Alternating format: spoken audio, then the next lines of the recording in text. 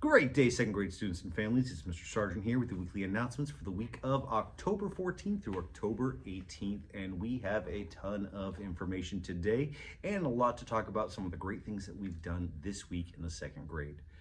Now, the first important date is going to be October 18th. Along with being my father's birthday, happy birthday, Dad. Friday, October 18th will be a teacher work day, so there will be no school for the scholars. Homework will be collected on Thursday, and it's already been sent home, so it should be already with you right now, but we're going to be collecting homework on Thursday because of the teacher work day on the 18th. So we hope you enjoy your 3-day weekend next weekend. We'd also like to shout out Princeton, who received the second grade positive referral of the week, sort of like the star student of the week.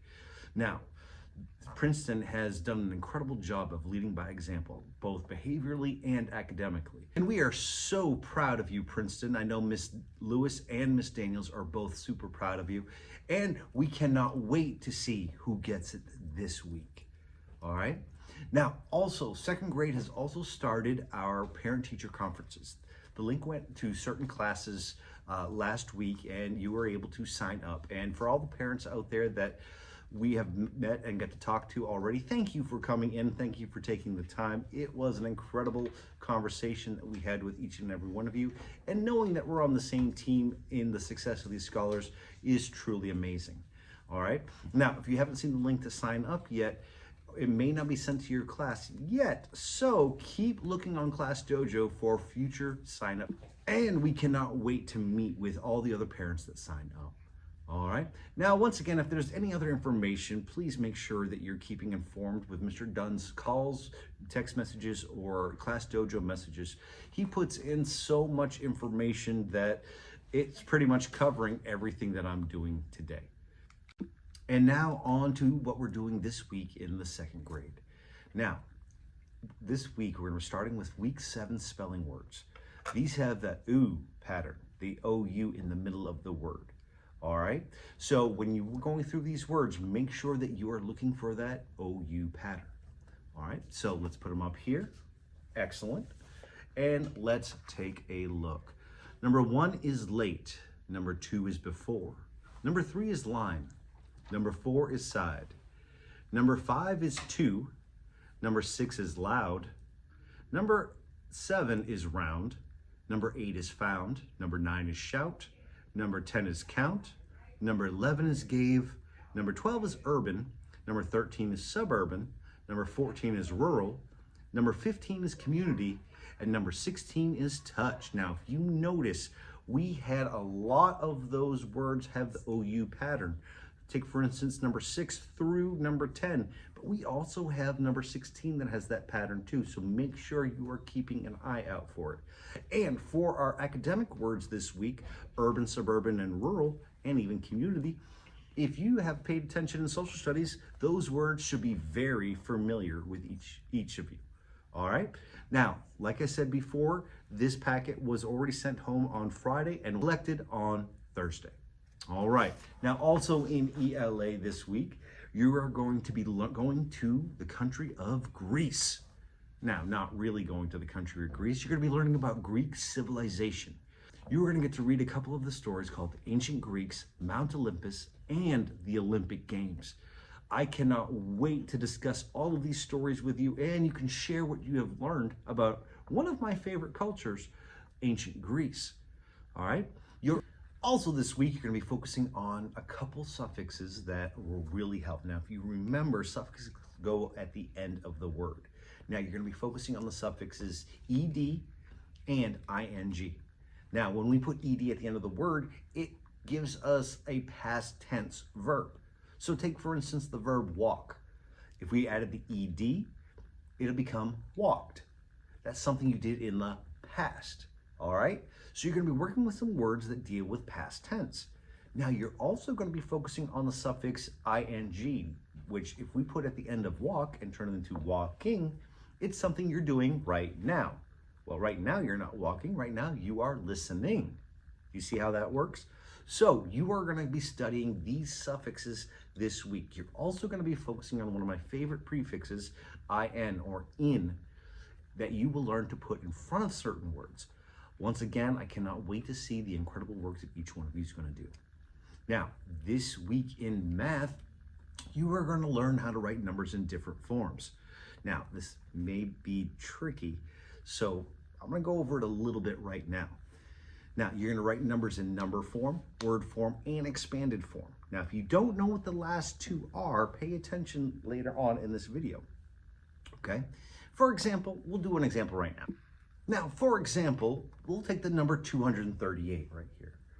This is how we're used to having it. This is called number form.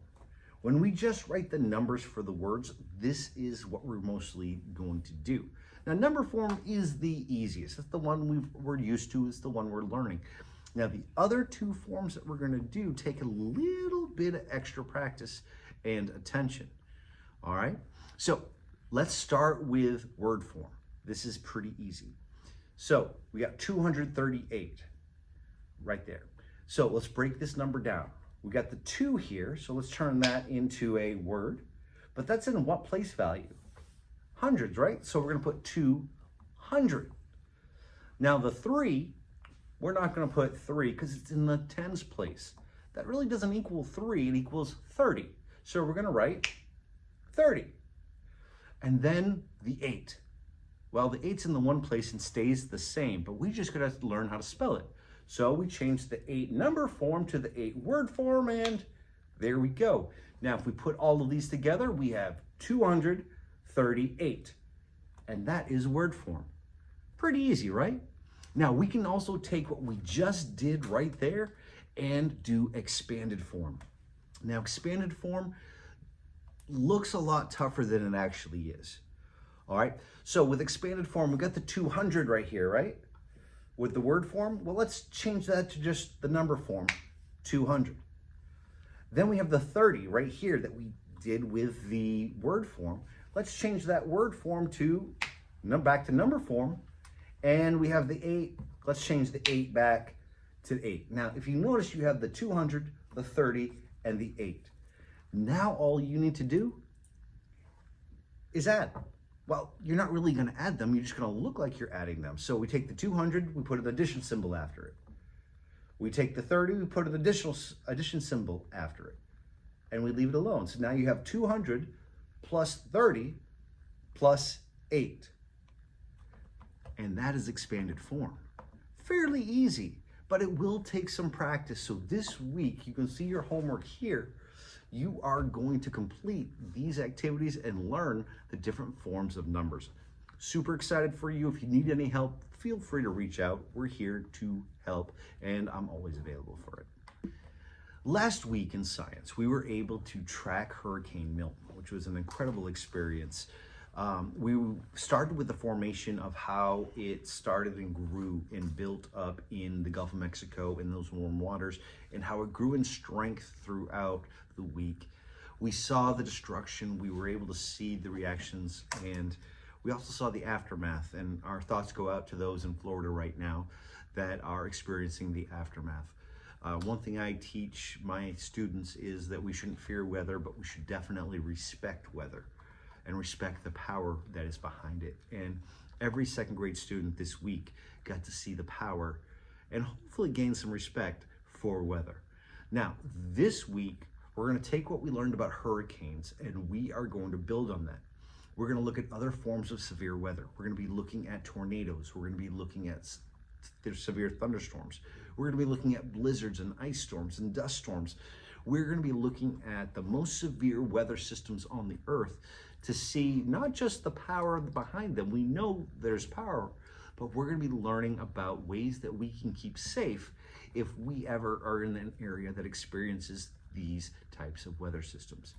I am really excited about what we're going to be doing this week. This is the last week of science because it's going to be the end of the quarter. So we'll be going into social studies next week. So we're going to end strong and we're going to learn about all of these forms of severe weather. Now, ladies and gentlemen, that is it for the week. I hope all of you are out there enjoying your weekend. Take time, spend time with family, take time to read, and most of all, ladies and gentlemen, I cannot wait to see each and every one of you on Monday.